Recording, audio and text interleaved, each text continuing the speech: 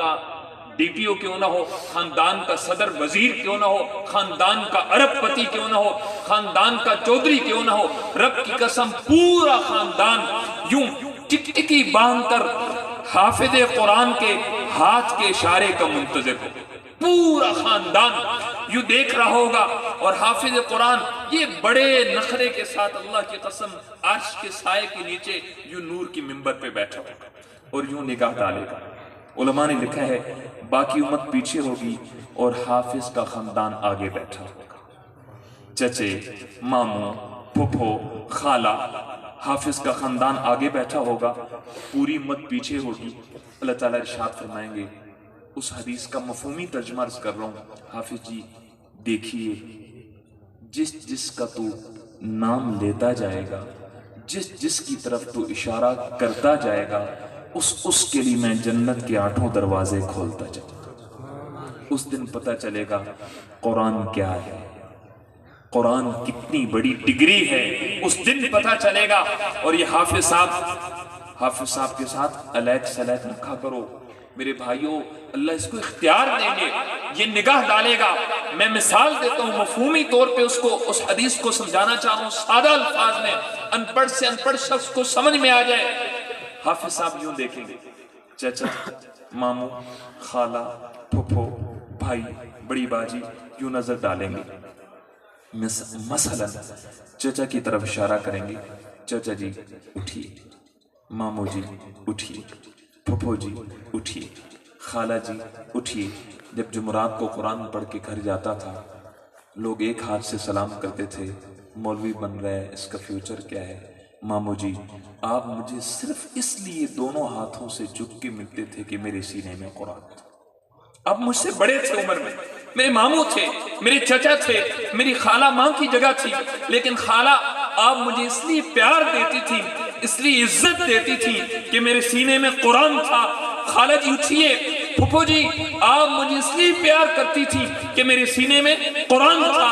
ماموں جی، بھائی جی، چند رشتہ داروں کی طرف اشارہ کرے گا، رب کی قسم خالہ، پھپھو، ماموں، چچا، بڑا بھائی، حافظ قرآن کا ہلکا سا اشارہ ہوگا اور میرا رب ان کے لیے جنت کے 8 دروازے کھول دے گا۔